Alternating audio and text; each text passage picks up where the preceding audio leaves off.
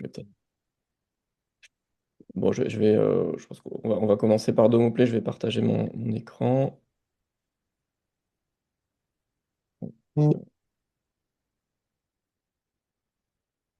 Voilà, bon, je pense que tout le monde voit mon écran, c'est bon, très bien.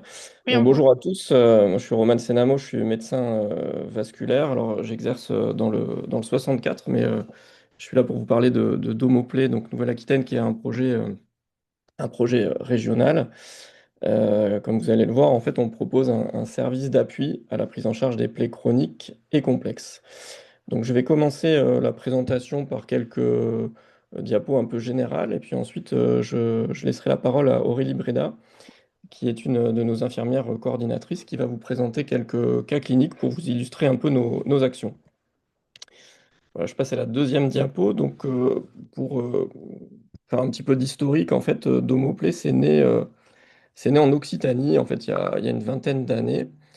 C'est un projet qui a été mené initialement par une équipe, alors c'était des hospitaliers au départ, qui en fait allaient au domicile des patients en présence des infirmiers libéraux pour en fait les aider dans la prise en charge des plaies. Et puis, vers les années 2010, ils ont intégré la télémédecine à leur pratique et notamment la téléconsultation, ce qui a permis d'éviter des déplacements et donc de faire des visios directement avec le patient et son infirmier. Et puis ensuite, ils ont ajouté un service de coordination, d'aide à la coordination du parcours de soins. Et tout ça aboutit à une expérimentation nationale de 2020 à 2024 menée par l'assurance maladie pour évaluer en fait cette organisation assez innovante en termes médical et financier. Donc je vous présenterai d'ailleurs les résultats par la suite. Et nous, on s'est inspiré en fait de ce modèle en Nouvelle-Aquitaine. On a commencé au moment où finalement eux débutaient leur expérimentation. Nous, on a lancé en fait le projet de santé. Notre organisation a été validée en ESS, en équipe de soins spécialisée par l'ARS Nouvelle-Aquitaine. Donc pour ceux qui ne connaissent pas, en fait, l'ESS, c'est une organisation coordonnée à l'image d'une CPTS, sauf que l'ESS, elle va s'organiser autour de la médecine de deuxième recours, donc autour d'une spécialité médicale. Ça peut être la cardiologie, la neurologie. Nous, on l'a construite autour des plaies cicatrisation, donc avec des professionnels qui font déjà de la plaie. Et la particularité d'une ESS, c'est aussi qu'elle a une dimension territoriale beaucoup plus large, généralement pluridépartementale, voire régionale.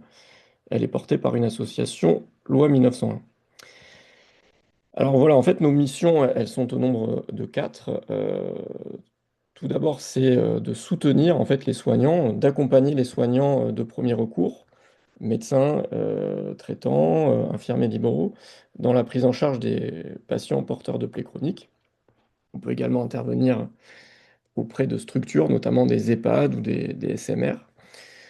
Ensuite, on va avoir comme mission de faciliter l'accès à l'expertise, c'est-à-dire de permettre à tout patient de bénéficier d'un avis en plé-cicatrisation, quel que soit son lieu de vie ou même s'il n'est pas mobilisable. On va également essayer de fluidifier, de sécuriser les parcours de soins. Et puis un autre axe de travail, ça va être vraiment la promotion de la télésanté. Alors, comment ça marche, Domoplay? Voilà, vous êtes soignant, vous exercez en Nouvelle-Aquitaine, vous êtes infirmier ou médecin, vous êtes en EHPAD et vous êtes en difficulté face à un patient qui a une plaie chronique, une plaie complexe. Vous êtes dans une situation d'échec, ça n'avance plus. Vous pouvez nous contacter donc par différentes modalités, on va voir ça après. Et en fait, votre demande, elle va arriver donc à notre centre de coordination régional, qui aujourd'hui est à Bayonne, car le projet est né à Bayonne. C'est le modèle du dispositif, en fait, c'est une coordination centralisée. Donc aujourd'hui, on a deux infirmières coordinatrices, un secrétariat, donc physiquement sur place, et on est trois médecins coordinateurs. Donc on va recevoir les demandes, ça va nous permettre déjà d'évaluer un petit peu la situation, éventuellement de rechercher des signes de gravité ou des signes d'urgence. Et ensuite, donc dans le cas, on va dire typique, on va adresser, enfin, on va orienter cette demande vers un des membres de l'équipe, un des membres de l'ESS, médecin ou infirmier en protocole de coopération, hein, Tous nos infirmiers sont en protocole de coopération, c'est-à-dire qu'ils sont sous supervision médicale, et tous ont un DU plaie-cicatrisation, comme les médecins. Donc ces professionnels, ils vont pouvoir intervenir en téléexpertise. Généralement, si vous faites une demande sur un outil numérique, on va vous donner un premier avis dans les 48 heures. Et la plupart du temps, ça va amener à une téléconsultation assistée à domicile. C'est-à-dire que on va dire l'expert de Domoplay va faire une visio donc, avec le patient sur son lieu de vie, en présence d'un de ses infirmiers. Ça va nous permettre d'évaluer la situation médicale, d'évaluer sa plaie. On va pouvoir échanger avec l'infirmier qui connaît bien le patient, qui connaît bien la situation. On va pouvoir éventuellement l'appuyer dans ses pratiques et puis on va décider de façon concertée d'un protocole de prise en charge. On peut également assister l'infirmier dans des gestes techniques, comme une détertion un peu poussée ou même pour évacuer un hématome. Ça, c'est de la téléassistance médicale. Bien évidemment, la télémédecine ne répond pas à toutes les situations. Donc parfois d'emblée, avant de faire une téléconsultation, ou parfois après une téléconsultation, on peut être amené à orienter le patient soit vers une structure de soins de proximité, hein, soit vers un centre expert pour, ça peut être une consultation spécialisée, ça peut être un acte technique, ça peut être l'organisation d'une AGJ. Donc voilà, ça c'est l'organisation générale. Pour résumer, en fait, très simplement, vous êtes professionnel de santé, vous envoyez une demande à Domoplay, notre coordination infirmière médicale reçoit la demande, l'oriente, dans le cas le plus classique, vers un des membres de l'équipe qui va intervenir en téléconsultation. À partir de là, on vous transmet une proposition de plan de soins, donc un courrier médical avec un protocole local et une prise en charge générale. Et ensuite, notre coordination à Bayonne reprend le relais et peut vous aider dans l'organisation du parcours de soins. Typiquement, un patient qui nécessite un écho-doppler ou une biopsie de la plaie, on peut, si vous avez besoin, vous aider dans l'organisation de ces examens et on va suivre en fait la cicatrisation jusqu'au bout, en tout cas jusqu'à stabilisation de la plaie. Euh, voilà, ça c'est notre coordination qui assure le suivi. Alors comment nous solliciter? Vous avez trois moyens. On a un numéro téléphonique qui est pour toute la région. L'équipe est disponible donc, du lundi au vendredi de 9 heures à 16 heures. Vous pouvez nous appeler pour faire une demande, mais aussi pour un conseil, pour un accompagnement dans l'usage des outils numériques. Voilà, en tout cas pour plusieurs choses. Ensuite, on utilise l'outil de télexpertise OmniDoc, donc je pense que la plupart d'entre vous connaissent, car le CH Angoulême notamment l'utilise. Donc ça peut vous permettre d'avoir déjà un premier avis en télexpertise sur dossier en 48 heures. Et vous pouvez également faire une demande sur la messagerie de Doctolib, qui s'appelle maintenant Doctolib Connect. Donc ça, c'est un outil important, on va l'utiliser tout au long en fait, de la cicatrisation. On va créer un groupe, comme un groupe WhatsApp, en fait, avec les infirmières coordinatrices de Domoplay, les infirmiers du patient, le médecin traitant s'il le souhaite. Et on va pouvoir échanger, on va pouvoir partager des documents, partager les ordonnances, les photos. Et ça sera aussi l'outil de visio. Donc vous pourrez faire la visiotransmission directement depuis Doctolib.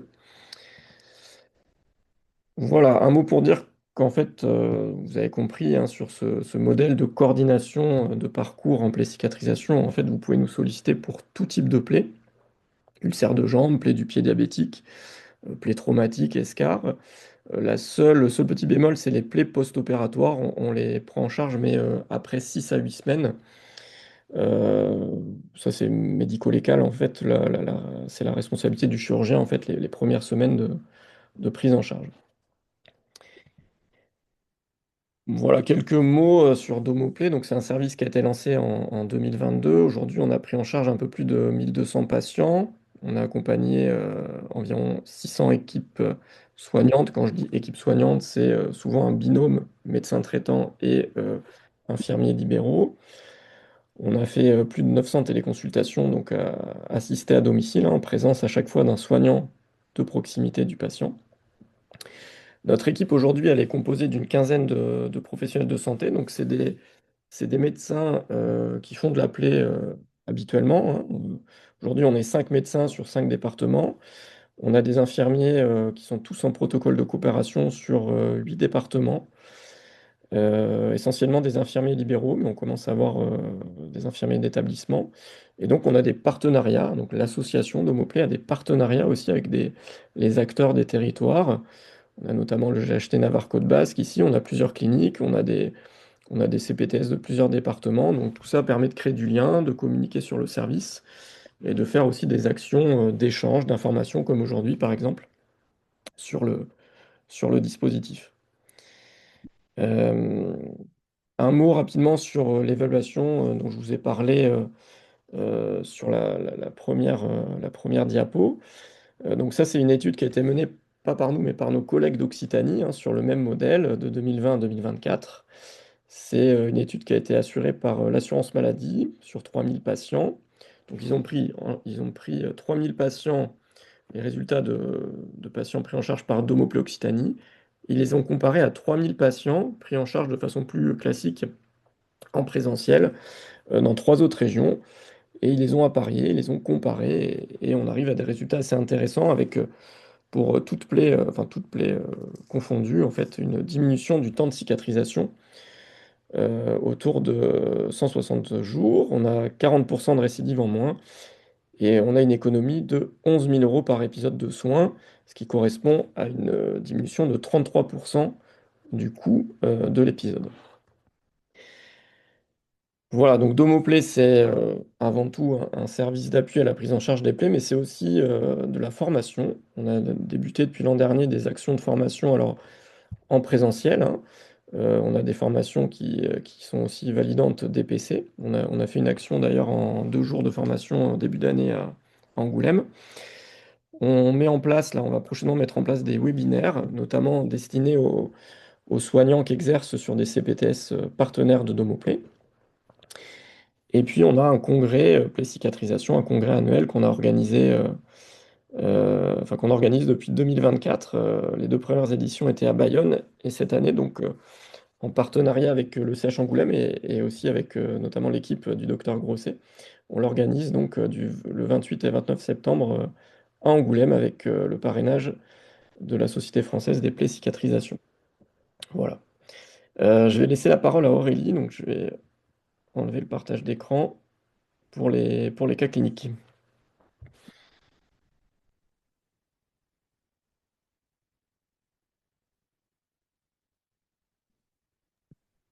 Bonjour, vous voyez bien mon écran? Oui. Donc, Aurélie Bon. Brédin, infirmière coordinatrice à Domoplay. Moi, je vais commencer par vous faire quelques rappels sur la télémédecine, parce qu'il y a souvent des confusions en fait dans les différents actes.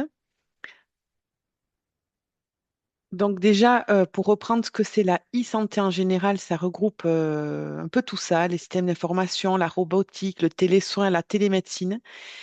Mais moi, je voudrais surtout qu'on se sente sur le télésoin, donc qui va être réservé aux infirmiers. Et dans le cadre de Domoplay, ce sera de la télémédecine et on va surtout se consacrer sur la téléexpertise, la téléconsultation et la téléassistance. Donc, ce sont des actes médicaux. Tout d'abord, la téléexpertise, qu'est-ce que c'est? C'est une demande d'avis par écrit sur photo ou exposé de la situation médicale et analyse du dossier médical. Et elle peut être réalisée en dehors de la présence du patient. Par contre, elle nécessite le consentement du patient obligatoirement. Donc, nous, l'outil qu'on va le plus utiliser, ça va être OmniDoc, où le requérant peut être rémunéré à hauteur de 10 euros et toutes les demandes de téléexpertise sont remboursées à 100% par la sécurité sociale. On accepte aussi les demandes de téléexpertise via Doctolib Connect, comme vous a dit le docteur Senamo, surtout qu'ils sont en train de développer l'outil de téléexpertise. Donc, la téléexpertise, ça va être très intéressant parce qu'on pourra voir la surface de la plaie, voir l'aspect des pansements, analyser les éléments du contexte médical et ça va nous permettre de juger du délai de consultation ou de téléconsultation. Par contre, en téléexpertise, on ne pourra pas juger de la profondeur de la plaie, ni de la présence des décollements, s'il y a des contacts osseux, exposition tendineuse. On ne pourra pas guider le professionnel de terrain. Et la problématique aussi, c'est la gestion des facteurs de risque, qui ne sera pas possible. Donc, dans ce cas-là, on va orienter vers de la téléconsultation assistée. Donc là, l'outil qu'on a choisi, ça va être Doctolib Connect, donc un outil qui est gratuit, hein, qui ressemble à WhatsApp et par lequel on pourra faire de la téléconsultation assistée. Donc, comme l'a expliqué Dr Senamo, l'infirmière, en général, c'est l'infirmière au domicile du patient lors du pansement, va se connecter via cette application en visio avec l'expert plaie cicatrisation.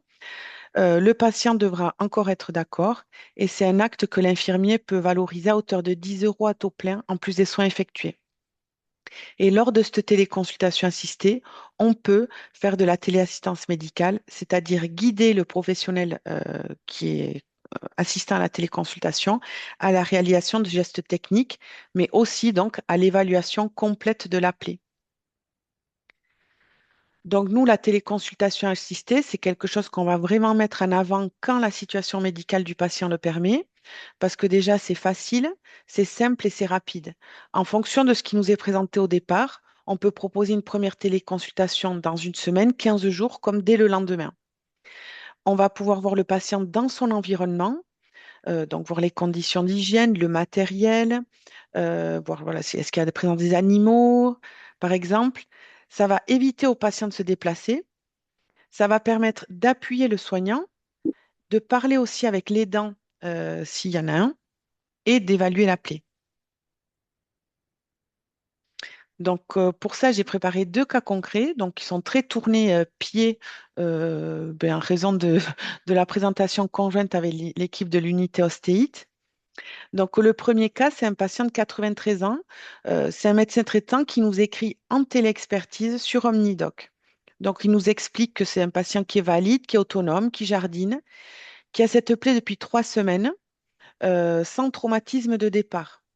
Il lui a prescrit une cure d'antibiothérapie parce que la plaie était malodorante et que le fond était érythémato-fibrineux. Il nous explique le protocole en cours est Aquacel Extra, Alven Gentle Border Oval, après désinfection. La décharge, il la réalise autant que possible et il n'est pas bilanté au niveau artériel. Il nous indique ses antécédents, donc on voit qu'il a plusieurs facteurs de risque cardiovasculaire. Donc, la première étape, ça va être vraiment de vérifier déjà les critères d'inclusion. Est-ce que c'est une plaie chronique? Est-ce que ce patient n'a pas déjà un suivi en cours, par exemple? Et ensuite, ça va être déjà de proposer une première gradation. Donc, nous, comme vous expliquait le docteur Senamo, la coordination va transférer la demande vers un expert du réseau. En général, quand ce sont des pieds et d'autant plus des pieds diabétiques, on répond directement à la coordination en téléexpertise pour gagner du temps, pour essayer de donner une réponse dans la journée. Donc, on va faire une première gradation. On va donner un premier avis en téléexpertise. Là, déjà, d'après ce que nous a expliqué le médecin traitant, on estime à peu près que ce patient, il a un SYMBAD entre 2 et 3. Le SYMBAD, c'est une échelle qui est très intéressante parce que c'est une échelle de risque, en fait, d'un pied diabétique qui est quantifiable par tout le monde. C'est des critères très simples. Et là, on va surtout conseiller un bilan artériel et en attendant d'assécher la plaie, de décharger et de ne pas réaliser de détertion. Et j'ai oublié de noter de faire passer un podologue pour détercer toute l'hyperkératose. Une fois qu'on a donné cet avis au médecin traitant, on va contacter les infirmières libérales, puisque pour intervenir, pour aller plus loin dans notre mobilisation, il faudra le consentement de tous les partis. Donc, on va contacter les infirmières libérales, on va vérifier qu'elles sont au courant et d'accord sur notre aide, est-ce qu'elles ont besoin d'aide? Et ensuite, on va discuter de l'organisation du parcours avec les infirmiers et le médecin. Il faut un bilan artériel. Qui prend le rendez-vous? À quel endroit, qui a le créneau le plus rapide. Voilà, on va discuter de tout ça. Le podologue, on va essayer d'envoyer des photos au podologue. On va prendre contact avec le podologue pour lui dire, pour lui envoyer des photos, lui expliquer clairement qu'est-ce qu'on veut pour pouvoir réaliser la téléconsultation derrière. Et on va programmer une première téléconsultation. Donc, on va demander aux infirmières d'installer l'application Doctolib Connect à chaque infirmière et faire ce fameux groupe de discussion. Donc, vous voyez, c'est une application qui est très, très ergonomique, très simple. Ça ressemble vraiment à deux gouttes d'eau à WhatsApp. Et donc, on a la fonction caméra dessus. Sauf que ce patient, au moment de la quelques heures avant la téléconsultation, ben, on l'a annulé en fait. Parce que rien que le fait de retirer l'hyperkératose, de le mettre en décharge et d'assécher la plaie, le patient il a cicatrisé tout seul. Donc, le Doppler artériel a été maintenu dans le cadre du bilan du patient, pas en termes de bilan de plaie. Par contre, là, ce sur quoi on va être vigilant, c'est au départ, on nous indique qu'il n'y a pas de traumatisme apparent, sauf qu'une plaie n'apparaît pas toute seule, un pied ne se trouve pas tout seul. Quand on voit le pied sain, le pied droit du patient, en fait, il a des orteils en griffe. Donc, si là, on arrête nos conseils, le patient va immédiatement récidiver. Donc, on va terminer la prise en charge en conseillant donc de poursuivre le protocole et surtout que le patient puisse bénéficier de soins podologiques réguliers et d'un bilan podologique pour qu'il puisse adapter son chaussage. Donc ça, c'est le cas du pied simple. Un autre cas de pied diabétique, c'est une infirmière qui nous téléphone. Voilà, elle a entendu parler d'omoplée. Elle a un patient qui a une plaie depuis 2 mois, qui est diabétique, qui a déjà été amputé. Et là, en ce moment, elles sont en échec de protocole. Elles humidifient, elles déterrent, mais en fait, plus elles font ça, plus ça nécrose, plus ça s'agrandit. Et elle nous explique que voilà, elle appelle en, c'est en collégial avec le médecin traitant. Donc nous, par cet appel téléphonique, on ne peut pas vraiment l'aider. On ne peut pas grader, on n'a pas de photos, on n'a pas d'éléments médicaux. Donc on va commencer par lui faire télécharger l'application pour qu'on puisse donc recevoir tous ces documents, mais surtout de façon sécurisée et que ses collègues aussi aient accès aux réponses qu'on va donner. Euh, et en attendant, oralement, on va lui demander d'assécher la plaie, de décharger la plaie, désolé pour les fautes d'orthographe, et d'arrêter toute détertion. Il faudra évaluer le patient. Ensuite, on verra quel protocole on choisira. Elles vont installer l'application. On va toujours vérifier les consentements. Donc, on va appeler le médecin traitant pour lui expliquer vraiment ce que c'est d'omoplée, en profiter pour récupérer les antécédents, traitements, les examens complémentaires et programmer la première téléconsultation. Donc là, c'est un appel, c'est un pied diabétique, antécédent d'amputation. Plutôt que de faire télécharger des outils de téléexpertise où en fait on sera quand même limité dans nos actions, on va directement faire une téléconsultation assistée dès le lendemain. Donc pour le bilan de cette téléconsultation, c'est qu'on a un patient qui a une artériopathie qui n'a pas été réévaluée depuis 2024. On est sur une plaie du médio-pied d'une surface supérieure à 1 cm², qui a des décollements osseux, décollements pardon, des berges et un contact osseux. On a une inflammation périlésionnelle qui est supérieure à 2 cm chez un patient qui est quand même diabétique équilibré. Donc nous, par cette téléconsultation, vu qu'on n'a pas une vision en 2D, mais en 3D de la plaie par l'évaluation de l'infirmière, là, on peut vraiment grader le pied. Donc là, c'est un mal perforant ben, qui est infecté, hein, qui est une priorité de prise en charge. Donc, il faudra l'orienter rapidement vers un centre expert. Le jour même, on va contacter le médecin traitant pour discuter du projet thérapeutique du patient et discuter, voilà, comment on s'y prend pour, est-ce qu'il est d'accord pour orienter le patient vers un centre expert, à quel endroit et comment il veut qu'on s'organise. Donc, nous, on va toujours proposer notre aide. Si le médecin traitant souhaite le faire lui-même, il n'y a pas de problème. Là, il a été convenu que c'est nous qui allions demander cette demande. Et le patient a pu être reçu dès le lendemain en hospitalisation.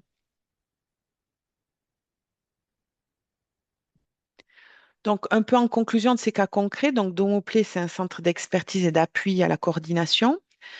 Donc, nous, on va miser vraiment sur les échanges sécurisés, la télémédecine adaptée à la situation médicale du patient et aux besoins du soignant, et on va grader et sécuriser les parcours.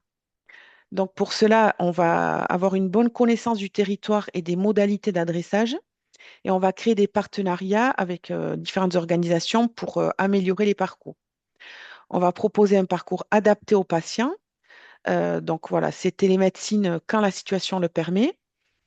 On va faire du lien entre tous les intervenants et toujours discuter des projets de vie et adapter les projets thérapeutiques.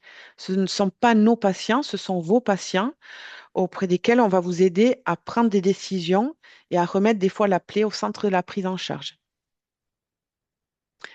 Donc là, je vais laisser la parole à l'équipe du CH d'Angoulême. Je vais arrêter le partage. Bonjour à tous, merci. Alors je pense qu'il faut que j'arrête. Oui, c'est ça. J'aurai accès au partage. Ouais.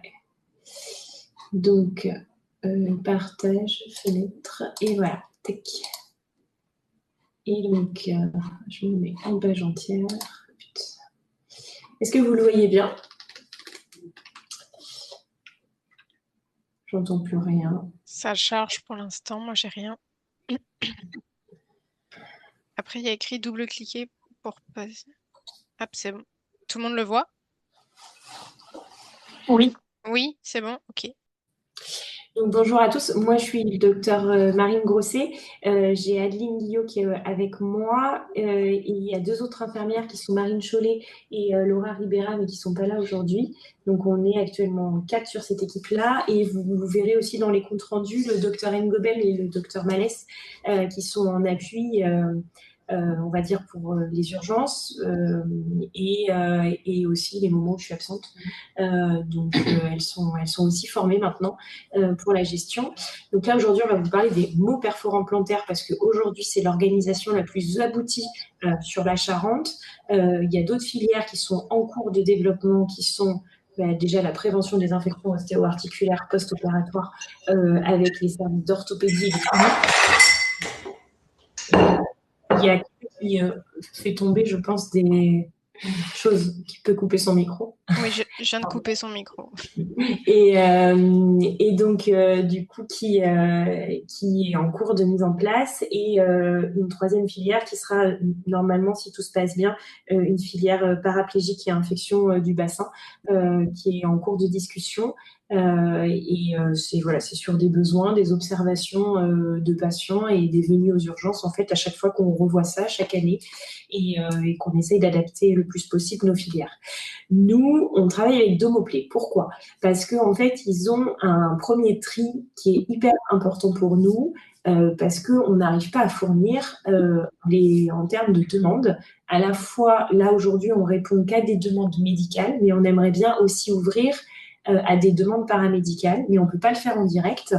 C'est-à-dire qu'on s'est rendu compte quand même que dans les maux perforants plantaires, aujourd'hui, les infirmiers libéraux sont souvent plus au courant de l'état de la plaie que les médecins, parce qu'en fait, les infirmiers libéraux voient quand même plus souvent les plaies des patients que le médecin. Même moi, dans ma pratique de tous les jours, les infirmières, vous voyez en gros 5 fois la plaie, alors que moi, je vais la voir qu'une seule fois.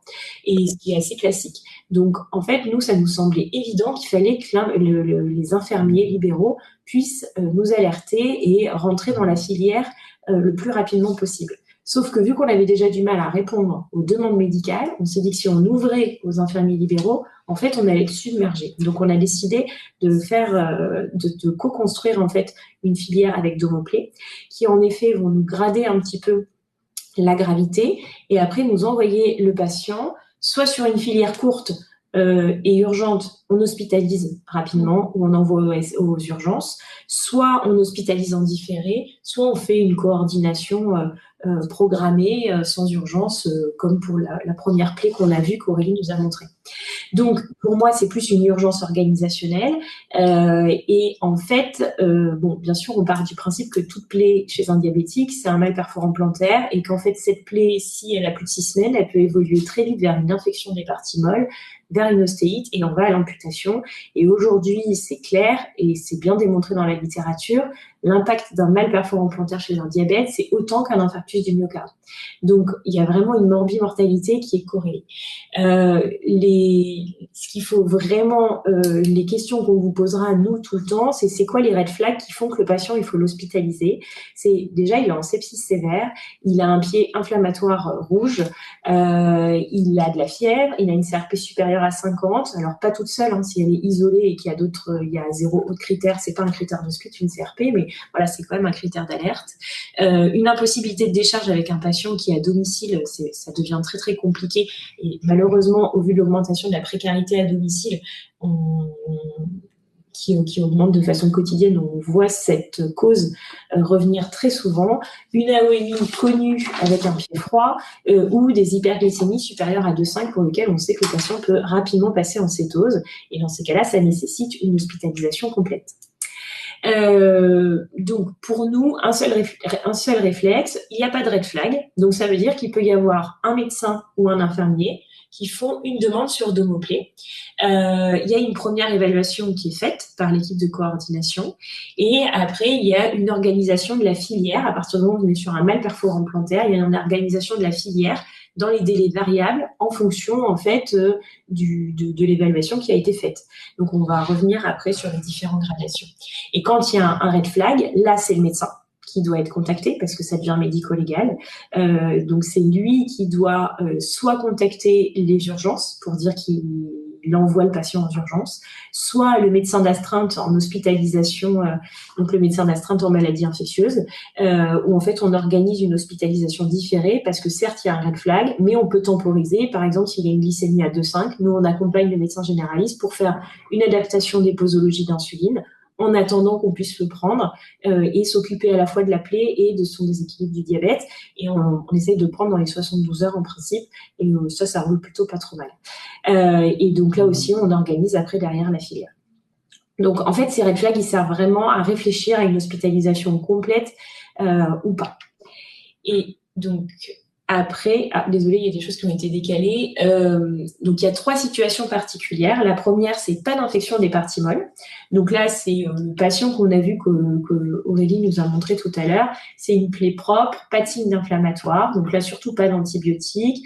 On fait la décharge. On demande l'avis d'Homoplay et on organise le bilan dans le mois et nous après derrière on va les suivre en HDJ programmé et en fait c'est important qu'on les suive même s'ils guérissent comme on a vu sur le PowerPoint d'Aurélie parce que derrière c'est des patients qui vont récidiver et nous derrière on a tout un programme d'éducation thérapeutique pour éviter la récidive et surtout on a des podo-orthésistes qui participent à cette prise en charge pluridisciplinaire qui vont en fait organiser la décharge sur mesure mais aussi un chaussage sur mesure pour la suite et éviter en fait les récidives, les orteils en griffe. Quelquefois, on fait aussi des chirurgies pour essayer de réduire ces orteils en griffe en faisant des sections de tendons. Il y a des choses qui peuvent être mises en place.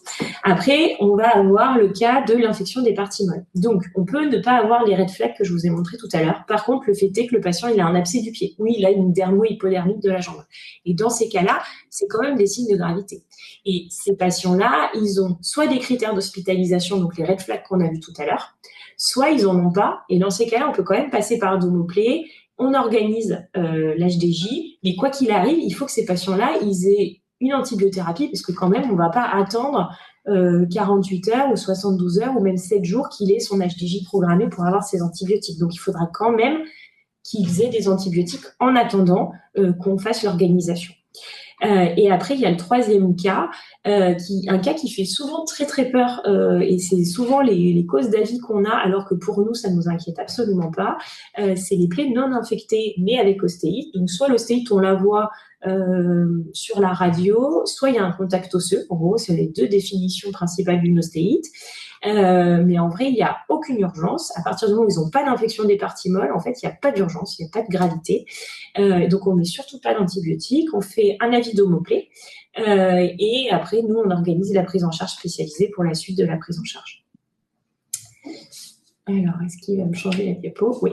Donc ça, c'est les algorithmes qu'on distribue très régulièrement quand on a un avis de médecin généraliste pour un petit peu remettre les différentes informations pour dire là, on hospitalise, là, on n'hospitalise pas.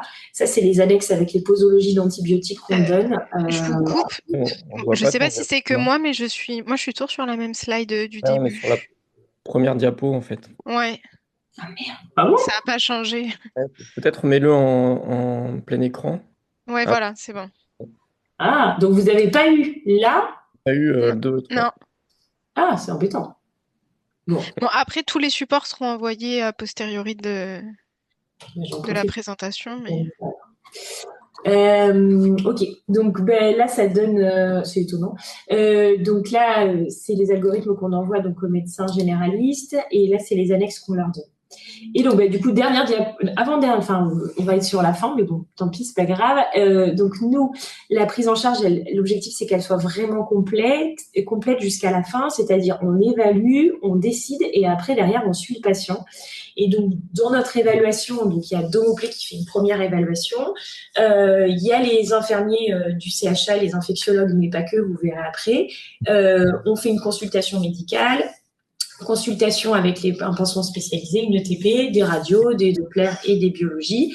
Alors, c'est nous qui organisons tout ça. L'avantage, c'est que si c'est envoyé à si c'est un mal perforant plantaire sur la Charente ou nord Dordogne ou le pourtour un petit peu de la Charente, en fait, nous, on organise tout dans le cadre d'une HDJ. Donc, en fait, sauf si le patient a des critères d'ischémie critique, et dans ces cas-là, on le prend en hospice complète. En fait, il n'y a rien à organiser, on organisera tout parce que tout simplement, je préfère que ce soit un dopplériste en qui j'ai en qui j'ai confiance pour avoir les informations, ou un ange de scan où nous on fait une réhydratation pour éviter qu'ils soient en insuffisance rénale, donc on leur met du bicard avant l'insuffisance rénale avant de faire le scanner. Enfin voilà, il y a tout un process qu'on fait, et on maîtrise tout de A à Z, et ça nous va plutôt bien là-dessus. Et donc après, nous, la prise en charge, elle est bien sûr multidisciplinaire avec des orthopédistes et vasculaires, les IDE spécialisés en pansement, les orthoprothésistes, et après, on décide ensemble d'une stratégie coordonnée pour après qu'il y ait un suivi plutôt fluide, et après, on est réinterpellé si le patient sort des clous de la stratégie initiale ou s'il y a une dégradation de la plaie inattendue. Et après, on les suit, donc on fait des HDJ répétés ou des consultations répétées. Il y a aussi tout un programme d'éducation thérapeutique, dont la rééducation avec la proprioception, la sensibilité de la proprioception pour essayer de prévenir les récidives. On fait aussi de la conciliation médicamenteuse, bien entendu, parce qu'ils ont quand même souvent beaucoup d'antibiotiques. Et bien sûr, on réfléchit ensemble au chaussage. Voilà. Et ça, c'est notre petit flyer qu'on a distribué. Normalement, vous avez dû le recevoir parce qu'on l'avait présenté à la réunion réseau. Donc, je pense que vous avez dû le recevoir par le biais de votre CPTS. Et voilà, en gros. Je ne sais pas si vous avez des questions.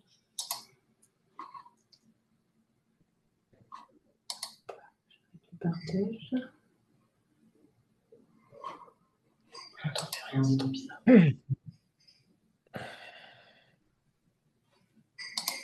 Je vois qu'il y a des messages sur le chat. Donc, il y a un oui. Dans le chat, il y avait juste tout à l'heure Aurore qui disait, je crois que c'était je sais plus si c'était sur la présentation d'Aurélie Breda, que c'était parfois difficile d'avoir des soins de podologie sur des plaies. D'accord. À l'extérieur, elle veut dire Ouais. Au niveau libéral. Oui, voilà. Alors, nous, on n'a pas on n'a pas ce retour pour Que l'instant. nous, régulièrement, on a des patients avec des mal perforants. Il y a souvent de l'hyperkératose et on n'arrive pas à avoir un podologue qui va vraiment aller gratter. C'est souvent nous qui sommes obligés de le faire. On n'est pas équipés. Alors, en fait, voilà. C'est assez intéressant. En fait, les infirmiers et les podologues peuvent le faire, et en fait, les uns et les autres s'envoient la balle. Donc, en fait, vous, il faut le faire. Et c'est qu'on souvent à domicile, on manque de matériel, quoi. Oui, à part les curettes, on n'a pas de fraiseuse, on n'a pas de choses comme ça. Oui, alors pour les ongles, c'est le podo. Ça, c'est sûr. Je parle vraiment de l'hyperkératose. L'hyperkératose, le scalpel. C'est au scalpel, mais c'est pas optimal, hein, franchement. Nous, on fait ça au scalpel. Enfin, moi, je fais ça au scalpel les scalpels qu'on a dans les boîtes poche-chien. J'ai pas d'autre matériel que ça. Enfin, en tous les cas, c'est la clé pour la guérison, hein, très clairement. Et nous, tous les patients qu'on a, systématiquement, c'est en effet le podo veut pas enlever l'hyperkératose, ou alors on enlève un peu, et l'infirmier veut pas le faire non plus. Et du coup, en fait, ça majore le mal perforant plantaire. Et alors, moi, là où par contre je suis d'accord, c'est que je trouve que ça prend du temps et que vous n'êtes absolument pas rémunéré pour le temps que ça prend, et que vous avez aussi beaucoup de travail, et donc aussi, voilà, ça joue. Donc ça, c'est des choses qu'il faut en effet travailler tous ensemble et voir comment on peut optimiser ça. Mais des fois, on a plus de 4 cm d'hyperkératose et il n'y a rien de fait depuis plus d'un mois, quoi. Et dans les deux parties, et là, en fait, souvent, en dessous, le tendon, il est pourri, en fait. Et du coup, on arrive trop tard. Donc ça, c'est vraiment des choses qu'il faut, c'est des situations qu'il faut qu'on essaye aujourd'hui de plus avoir, même si quand même, je trouve qu'il y a une nette amélioration depuis 5 ans. Depuis qu'on a vraiment lancé le début de cette filière, on a moins de cas horribles qui arrivent. Excusez-moi, je ouais. ne sais pas si on m'entend. Je veux bien intervenir en tant que podologue. On m'entend ? Oui. Ouais, très bien. Oui, alors je suis Mélanie chez Son Casas, donc podologue sur Angoulême. Et du coup, en fait, moi, je trouve que, au contraire, il y a un manque de communication, c'est-à-dire que, enfin, pour avoir eu des cas avec des patients, il n'y a pas si longtemps, j'ai eu un patient qui est arrivé, alors qu'il est suivi, hein, moi, je le suis régulièrement, et en fait, il est arrivé effectivement avec une infirmière qui avait coupé un ongle à un endroit où ça faisait mal. Et moi, à aucun moment, en fait, j'ai été sollicitée, alors que pour le coup, ce patient est suivi. Donc, du coup, je pense qu'il y a aussi quand même parfois un problème à ce niveau-là, en fait. C'est qu'on n'est pas vraiment sollicité. Alors, du coup, vous dites qu'on ne veut pas le faire, mais moi, en fait, je n'ai jamais été sollicitée par aucun médecin ou infirmière, alors que voilà, j'ai tout un tas de patients diabétiques que je suis, voilà, qui sont. Je parle pas d'une première intention, si vous voulez, mais en tout cas, voilà, moi, je n'ai pas l'impression d'avoir été souvent, voire jamais, et pourtant, ça fait un petit moment que j'exerce, sollicitée pour en tout cas, voilà, devoir intervenir, en fait, voilà. Ouais, moi, Quand je dis que vous voulez pas le faire, c'est pas ça que je dis. Hein. C'est que nous, quand il arrive, le patient nous dit qu'il a vu 2 fois son podo et ses IDE tous les jours, et qu'en fait, il y a une espèce de frontière où en fait, on sait pas qui fait quoi. Et nous, on arrive en bout de chaîne. Hein. Donc, ok, d'accord. Alors après, il y a aussi une autre chose très intéressante. Faut pas oublier qu'on a des patients diabétiques qui sont souvent très évolués, et je sais pas si vous avez remarqué, ils ont quand même beaucoup de troubles de mémoire, et quelquefois aussi, c'est pas du mensonge, mais il y a quand même beaucoup de patients qui nous disent oui, j'en ai parlé, puis en fait, on sait qu'ils en ont pas parlé à leur IDE, parce que nous, on appelle l'IDE, et l'IDE nous dit non, moi, j'étais pas au courant qu'il avait une plainte. Voilà, ça arrive assez souvent parce qu'ils ont peur de gêner, ou alors ils veulent pas réavoir des pansements tous les jours. Enfin voilà, il y a toute une part psychologique aussi à prendre en compte. Hein. C'est pas anodin. Oui. Peut-être. Et après, du coup, par rapport à Domoplay, là, par rapport à la présentation que vous venez de faire, je trouve que justement le podologue est peu cité, en fait. Donc du coup, le podologue, j'ai l'impression, a pas forcément de place dans votre dans votre protocole. Non, en fait, si vous voulez, nous, le podologue, il peut être requérant. Après, c'est vrai que dans l'équipe, on a 2 podologues qui font partie de l'équipe, mais aujourd'hui, on n'a pas trouvé en fait comment les solliciter, dans le sens où ils ne peuvent pas faire de téléexpertise. Le but de Domoplay, c'est d'avoir une équipe d'experts, mais c'est pas de dévier d'une patientèle non plus vers quelqu'un qui appartiendra à l'équipe de Domoplay. Et ensuite, aussi pour vous dire, justement, avant que vous preniez la parole, j'allais rebondir en disant que moi, qui ai une vision un peu plus régionale de la problématique, je trouve que globalement, le podologue, il est peu souvent sollicité dans le cadre d'une plaie. Et justement, nous, on essaye en fait de remobiliser tout ce monde autour de la plaie, puisque le patient, même si la prise en charge se termine ou pas de manière hospitalière, il faut rassembler les troupes en fait pour son retour à domicile, pour la cicatrisation, pour qu'il y ait une équipe prête à faire son suivi, quoi. Oui, voilà. Oui, non, si, nous, c'est tout l'enjeu, c'est toute la difficulté aujourd'hui. Oui, mais dans votre présentation, vous, effectivement, voilà, oui, j'ai vu la place du podologue, mais c'est que après, je l'ai moins vu par rapport au centre hospitalier, par rapport au petit flyer, là, justement, que j'avais reçu et analysé de l'unité ostéite du centre hospitalier.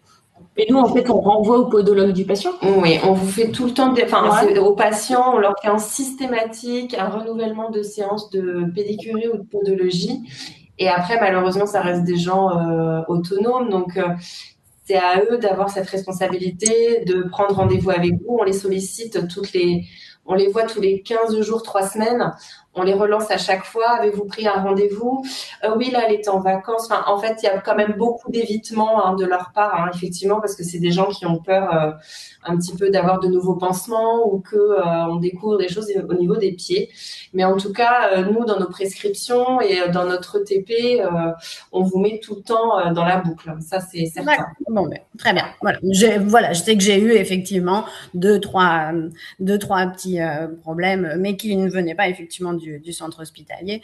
Où voilà, effectivement, j'aurais aimé être prévenue avant de voir certaines choses ou de recevoir voilà des courriers où j'ai vu que je n'avais pas été mis dans la boucle. Et c'est vrai que j'ai trouvé ça parfois un petit peu dommage. Voilà, c'est tout. Mais après, vous avez mis le point dessus, c'est qu'il y a un problème de communication. Oui, alors, il est global et en fait, nous, c'est pareil. Des fois, on a des patients, ils arrivent, ils disent oui, en fait, le podologue m'a fait une plaie. Et en fait, on essaye d'expliquer aux patients que c'est pas ce qui s'est passé, qu'en gros, il avait une hyperkératose, qu'elle se voyait pas, que la plaie était en dessous et que du coup, le podologue a enlevé l'hyperkératose. Mais ça, il faudra 1 à 2 consultations pour que le patient le comprenne. Et encore, il faut qu'il ait cette élasticité cérébrale pour changer d'avis. Et en fait, quand on leur dit après, vous prenez rendez-vous avec votre podologue, en fait, ils veulent pas parce qu'il y a ce frein et ils se disent, il n'y avait pas de problème. Moi, je voyais pas le problème et maintenant, je l'ai vu, donc j'ai pas envie d'y retourner. Et alors ça, on travaille là-dessus, mais ça, c'est pas simple du tout. Et moi, je pense qu'il faut aussi que des fois, vous disiez bien aux patients, mais en fait, vous avez peut-être une plaie là-dessous, je vais l'enlever. Alors peut-être que vous le dites en fait et que d'ailleurs, le patient n'entend pas, c'est possible aussi. Mais moi, ça, c'est vrai que c'est très souvent que le patient me dit que c'est le podologue qui lui a fait la plaie. Et nous, derrière, on rame pour essayer de convaincre que c'est pas le cas. Et on se dit, il faut qu'on arrive à changer cette croyance, en fait. Oui, non, mais c'est certain. Non, il y a un vrai problème de communication, effectivement, à tous les niveaux, et même avec le patient. On est bien d'accord. Après, à titre personnel, j'appelle rarement, parce que des fois, on voit les patients... voilà, et j'ai pas envie d'appeler parce qu'on va pas tomber forcément sur le bon moment. Et souvent, on passe par le patient. Donc après, il faut savoir comment le patient retransmet à son podologue la demande. Je sais pas, il a peut-être pas envie qu'on touche à son pansement non plus. Enfin, il y a plein de choses qui peuvent intervenir dans l'intervalle. Et il y a un autre sujet, bon, je déborde, mais régulièrement, nous, le problème, c'est quand ces patients ils vont chez le podologue, qui découvrent une plaie et qui nous les renvoient, on arrive, donc nous, on gère notre patient, par exemple, pour du diabète, et on dit, il y a une plaie, il faut que tu fasses les pansements. Sauf qu'on n'a pas d'ordonnance, on n'a pas de prise en charge, et ça va changer prochainement, mais par exemple, nous, on est un peu embêtés après pour courir après le médecin pour avoir des ordonnances. Complètement, mais nous aussi on est un petit peu embêtés parce que du coup si on ne gère pas ça, on se fait taxer qu'on a laissé une plaie éventuellement. Et effectivement, moi j'ai eu aussi il y a quelques temps un problème avec une infirmière qui m'a dit oui, mais vous m'avez dit vous avez dit aux patients qu'il fallait fallait regarder la plaie, mais vous comprenez, moi j'ai pas d'ordonnance. Et voilà, et en fait, on se retrouve effectivement dans une boucle qui est un petit peu compliquée de savoir à qui on doit dire quoi en fait. Mais du coup, Aurélie, tu disais que les podologues pouvaient faire une demande Omnidoc? Oui. Justement, je voulais rebondir. Alors, c'est pas un but commercial, mais nous, souvent, quand on a une plaie, face à une plaie, souvent, les plaies du pied diabétique, notamment, nous arrivent à un stade assez ancien, parce qu'on essaye tous les pansements avant d'appeler quelqu'un. Et quand on nous appelle, des fois, il y a IRM, il y a tous les examens du monde, le podologue n'a jamais été contacté. Donc, nous, comme je disais, le but, ça va être de recréer du lien autour de cette équipe de ville. Aussi bien communiquer auprès des infirmières le rôle du podologue dans cette prise en charge, auprès du patient le rôle du podologue dans le côté récidive, éviter la récidive. Et justement, les infirmières, alors c'est une généralité, mais se plaignent que voilà, le podologue, on ne sait pas qui c'est, ou il n'est pas joignable, ou c'est compliqué. Moi, je leur dis, mais c'est normal, c'est un métier manuel aussi, donc ils ne peuvent pas tout le temps répondre au téléphone. Mais moi, 95% du temps, je les joins sur Doctolib Connect. Parce que beaucoup de podologues ont Doctolib. Et je pense qu'il y a un rôle de dynamisation dans le sens où nous, quand on prend contact avec le podologue, par exemple sur Doctolib Connect, on lui envoie le Doppler, on lui envoie la photo avant, On lui dit, voilà, nous, on voudrait que ce soit axé là-dessus. Aujourd'hui, on prend rendez-vous chez un podologue et en fait, le podologue, il découvre. Et je pense que c'est aussi le rôle de l'infirmière de trouver un moyen d'échange avec le podologue pour en fait l'informer précisément de la situation. Et après, si ça vous va, en fait, l'idée, là, le chemin, c'est, on a une plaie chronique, c'est domoplée. Donc moi, j'ai marqué, c'est vrai, domoplée via Omnidoc, mais ok, en effet, on peut peut-être faire Doctolib Connect, enfin, comme ça vous arrange. Et en fait, le mal perforant plantaire, quoi qu'il arrive, sera adressé dans toute la filière pour la Charente. Si c'est d'autres types de plaies, parce que chaque plaie a ses particularités, doit avoir son plateau technique. Aujourd'hui, il y a d'autres parcours qui sont en train d'être créés en Charente, mais pour moi, ils sont pas matures très clairement. Donc, si vous avez un mal perforant plantaire, domoplée. Domoplée, s'il est dans le cadre d'une infection du pied diabétique où il vous faut des antibiotiques, ils peuvent vous générer l'antibiotique en attendant et vous prescrire les pansements. Donc, ça peut être le podo, l'IDE ou le médecin, du coup. Donc, je rajouterai le podo sur ma diapo parce qu'en effet, je savais pas qu'ils pouvaient faire des demandes, mais c'est intéressant. Et comme ça, du coup, ils rentrent dans la filière. Et après, nous, avec Aurélie, on s'appelle régulièrement. Hop, on organise, on le fait dans le mois, on le fait dans les 15 jours, ou alors on le voit dans les 48 heures. Parce qu'en fait, le patient, là, il faut le prendre. On a même pris des patients en hospice direct la dernière fois, parce qu'en fait, le patient était en déséquilibre de diabète. Donc, comme ça, c'est assez fluide, en fait, je pense. Et surtout, il faut, en effet, là où je suis d'accord avec Aurélie, c'est que régulièrement, le patient nous amène une liste de pansements qu'il a eu. Et en fait, on voit que ça fait 4 mois qu'il a testé une douzaine de types de pansements. Et ben, pendant ce temps-là, on n'a pas fait tout le reste. Et du coup, c'est ça qu'il faut aujourd'hui qu'on évite. Et je pense que ça, on est capable de le faire assez rapidement, surtout si on va sur ce biais-là. Et voilà, quoi. Bon. Enfin, si ça vous va, ça me paraissait le plus simple. Après, à vous de me dire.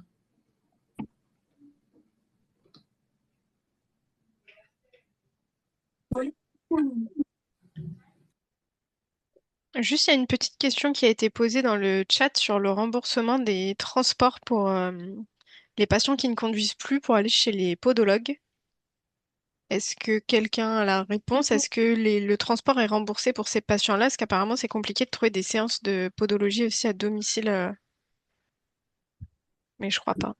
Ben, je crois pas, mais je suis pas experte CPM, mais je crois pas, non. Pour je moi, pense pas ça non l'est plus. pas. Non, Non, il je me pense semble pas. pas. Hein. Ouais. Non, il me C'est semble pour moi, pas. les transports, c'est que dans le cadre d'une ALD, etc. Donc, Voilà, c'est ça. En fait, il faut que le médecin. Alors, ça peut arriver parfois. Moi, ça m'est arrivé. Mais après, moi, je suis aussi avec un kiné, donc c'est plus. Voilà, ça peut arriver en couplant en fait avec le kiné. Donc, ouais. mais sinon, effectivement, Là, du coup, en septembre, le podo, je suis congrès, pas sûre que parce que ça vaut le coup qu'il y ait plein de Charentais. Je pense qu'on a une capacité à créer des parcours de soins. On l'a vu pour le Covid, on l'a vu pour plusieurs types de parcours en Charente. Et je pense qu'il faut vraiment qu'on arrive à ce que ce soit fluide pour vous et pour nous.